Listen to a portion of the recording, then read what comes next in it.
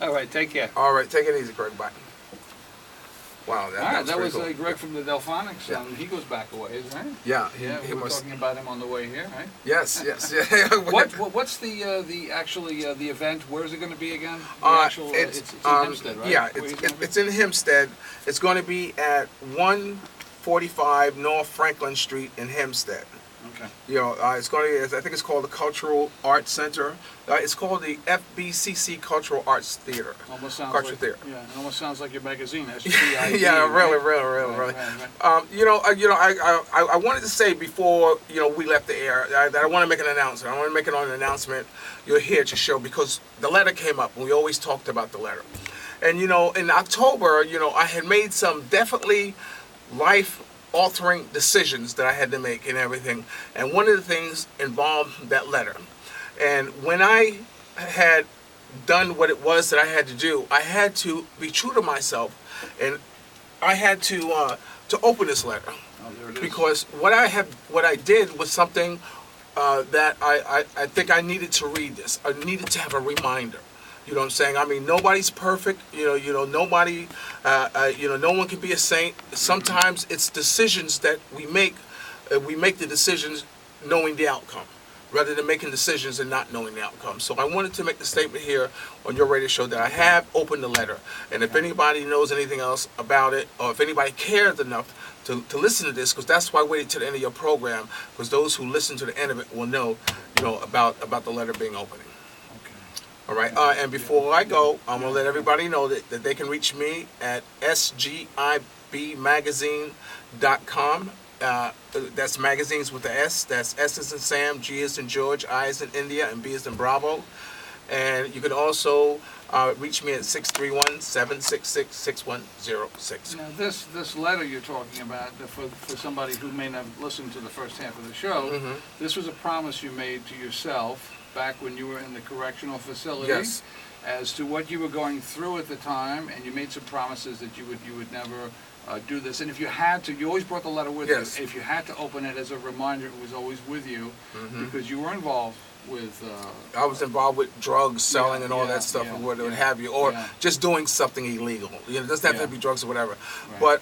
But I also want to mention to everybody, so everybody knows the timeline, that I got out in 1999. So that's how many years? That's quite a few years that I've been out. It's not like something I just got out a few days ago or whatever. It's been a while. And we go through things in life, and I'm going through something, or did go through something that required me to open up this. Okay, now toward the end of the show, are we going to discuss this, or are we going to leave it alone? I thought we were discussing it now. Okay, I mean, why you had to read it again? What, are we on the air?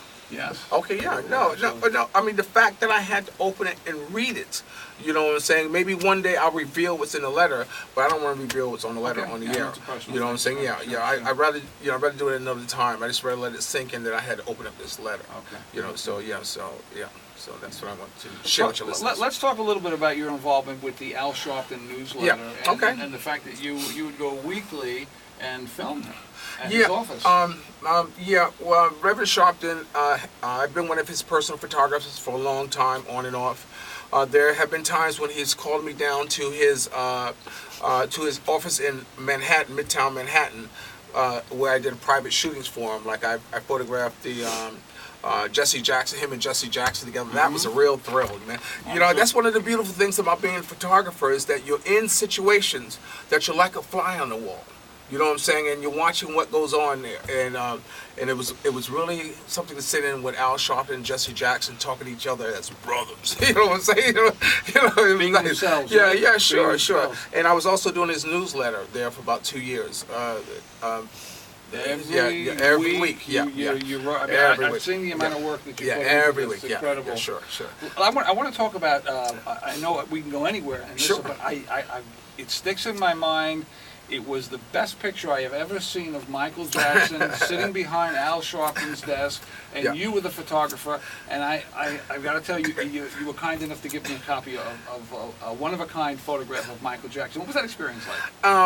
Well, to give a little background about it, I was the only photographer allowed in the office of Reverend Sharpton.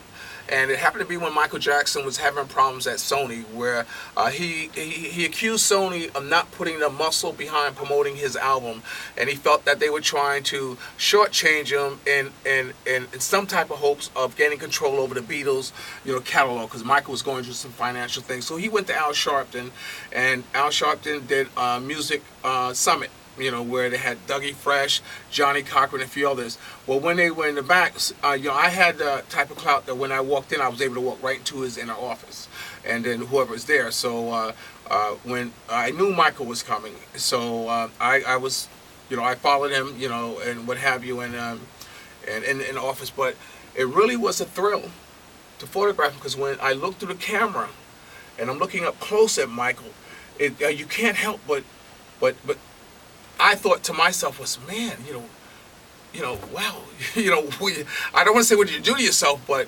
he's very hard to look at. For me, he was very hard to look at. Not that if he turned me off or anything like that. It's because of knowing that it was Michael Jackson, and I felt my piercing through the camera at that close at him. I feel I was intruding on him. You see what I'm saying? Okay, so it wasn't his appearance, but the fact that you thought you were being too intimate. Right, with yes, the camera exactly. I want to make that very clear to your listeners that that's what I'm talking right, about. Yeah. Right. And looking through his eyes, his soul. Yeah.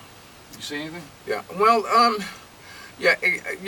he sits, that's why he was sitting behind Reverend Sharpton's desk. I'm sure there's not very many Reverend, but it was just his stature. Just being in a room with and knowing that it's Michael Jackson. I guess it would be the same way sitting in a room with President Obama. If you're sitting in President Obama, you're automatically going to feel a certain aura, permeating from him, or coming off of him and everything. So that's the same way how it was with Michael Jackson. Now, I know you also get.